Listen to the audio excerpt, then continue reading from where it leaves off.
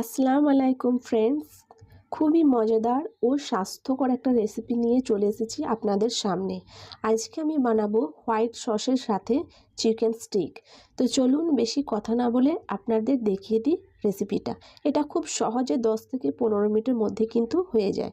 তো এখানে আমি 4টি চিকেন ব্রেস্ট নিয়েছি, ভালো করে ধুয়ে জল ঝরিয়ে নিয়েছি। এবার আমি এগুলোকে কেটে নেব। আমি একটা চিকেন ব্রেস্টকে মাঝখান দিয়ে কেটে দুটো করে নেব। ঠিক এইভাবে পাতলা স্লাইস করে কেটে নিতে হবে। ফ্রেন্ডস, ভিডিও শুরুতেই কিন্তু অবশ্যই একটা লাইক করে যাবেন, কারণ আপনারা ভিডিও দেখেন কিন্তু লাইক করতে ভুলে যান। তাই ভিডিও শুরুতেই মনে করে একটা লাইক করে দেবেন এবং পারলে একটা সুন্দর করে কমেন্ট করে দেবেন। আর আমার ভিডিও ভালো লাগলে সাবস্ক্রাইব করে পাশে থাকবেন। তো এবার আমি সমস্ত চিকেনগুলো দেখুন কেটে নিয়েছি। এবার চিকেনটাকে সাইডে রেখে 8 থেকে 10টা রসুনের কোয়া খোসা সমেত এভাবে থেতো করে নেব। এবার আমি রসুনগুলো চিকেনের মধ্যে দিয়ে ম্যারিনেট করে নেব। আর তার সাথে দেব 1 টেবিল চামচ গোলমরিচের গুঁড়ো আর স্বাদ মতো লবণ, আর দেব 3 টেবিল চামচ সাদা তেল।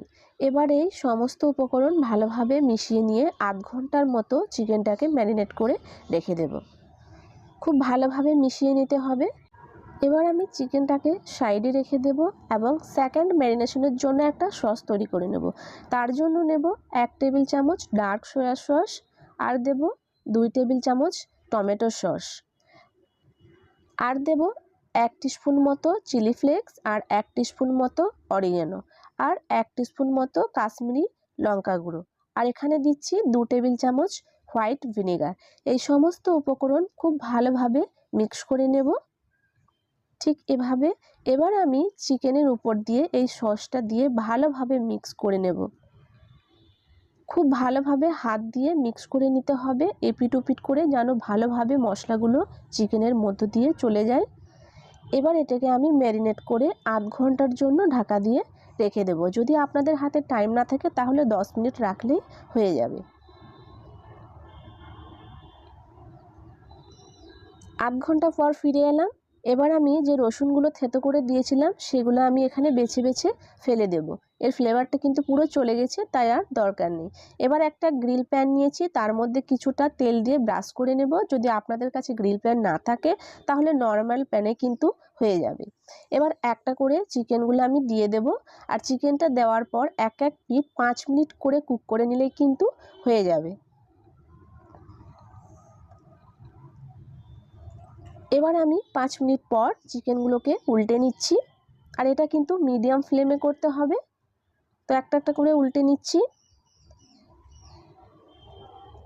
দেখুন এদিকটা হয়ে গেছে। এবার কিন্তু এই দিকটাও আমি 5 মিনিট কুক করে নিয়েছি। খুব সুন্দর একটা পোড়া ভাব চলে এসছে।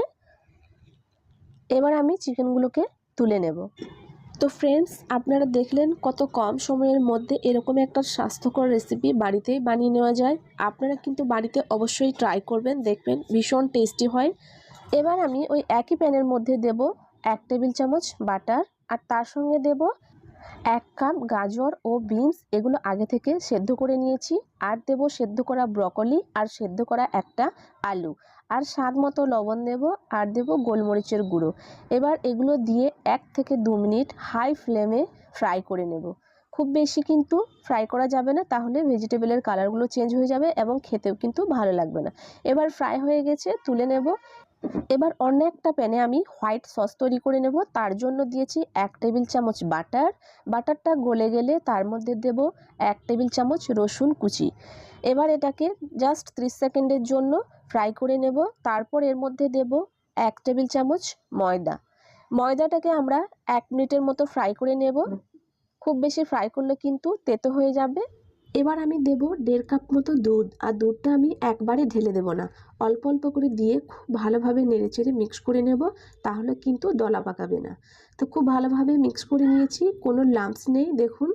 এবার আমি এর মধ্যে পরিমাণ মতো লবণ, পরিমাণ মতো গোলমরিচের গুঁড়ো, আর কিছুটা চিলি ফ্লেক্স, আর অল্প একটু অরিগানো দিয়ে দেব।